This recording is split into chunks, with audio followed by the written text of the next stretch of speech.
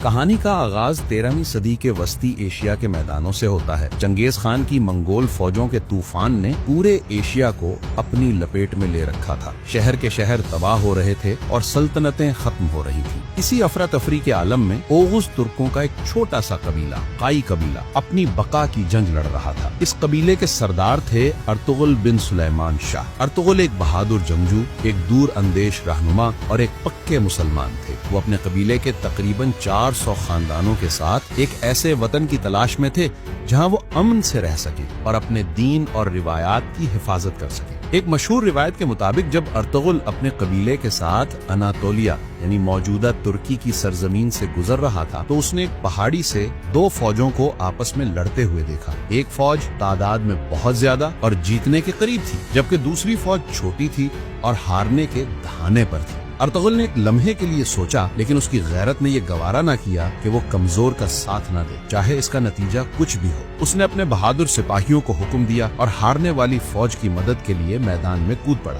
Ertugrul اور اس کے جنگجوؤں کی اچانک آمد نے جنگ کا پانسا پلٹ دیا اور چھوٹی فوج نے ایک شاندار فتح حاصل کی۔ جنگ کے بعد اس چھوٹی فوج کے سپہ سالار نے ارطغرل کا شکریہ ادا کیا۔ یہ سپہ سالار کوئی اور نہیں بلکہ سلجوقی سلطنت روم کے عظیم سلطان علاؤالدین قیقوباد اول تھے۔ سلطان علاؤالدین ارطغرل کی اس بے غرض بہادری سے اتنا متاثر ہوا کہ اس نے قائی قبیلے کو اپنی سلطنت کی سرحد پر بازنطینی عیسائی سلطنت کے قریب ایک زرخیز زمین عطا کی۔ یہ علاقہ سوغد کہلاتا تھا۔ یہ صرف ایک زمین کا ٹکڑا نہیں تھا بلکہ یہ ایک بہت بڑی ذمہ داری تھی۔ ارطغرل کو یہاں رہ کر نہ صرف اپنے قبیلے کی حفاظت کرنی تھی بلکہ سلجوقی سلطنت کی سرحدوں کو بازنطینی حملہ آوروں سے بھی محفوظ رکھنا تھا۔ ارطغرل نے سوغد کو اپنا وطن بنایا۔ اس نے یہاں انصاف، امن اور اسلامی اصولوں پر مبنی ایک چھوٹا سا معاشرہ قائم کیا۔ اس نے ارد گرد کے ترک قبائل کو متحد کیا اور بازنطینی سلطنت کے خلاف جہاد کا آغاز کیا۔ اس نے کئی چھوٹے چھوٹے قلعے فتح کیے اور اپنی ریاست کی سرحدوں کو آہستہ آہستہ پھیلانا شروع کر دیا۔ ارطغرل غازی نے تقریباً 50 سال تک اپنے قبیلے کی قیادت کی۔ وہ ایک جنگجو سے زیادہ ایک مدبر تھے۔ انہوں نے اپنی تلوار سے زیادہ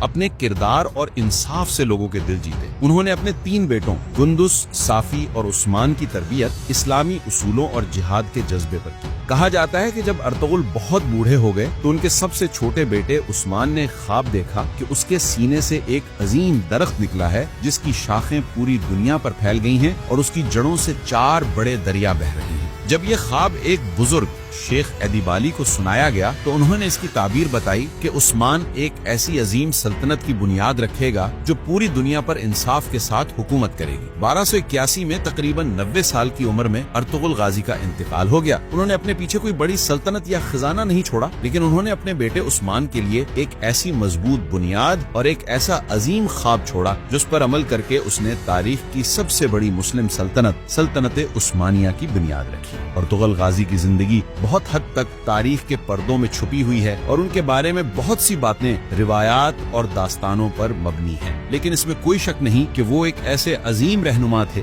جنہوں نے ایک انتہائی مشکل دور میں اپنے قبیلے کو متحد رکھا، انہیں ایک نیا وطن دیا اور اپنے بیٹے کے دل میں ایک ایسی سلطنت کا خواب ڈالا جس نے آنے والی 6 صدیوں تک دنیا کی تاریخ پر گہرے نقوش چھوڑے۔ وہ اس عظیم سلطنت کے گمنام بانی تھے۔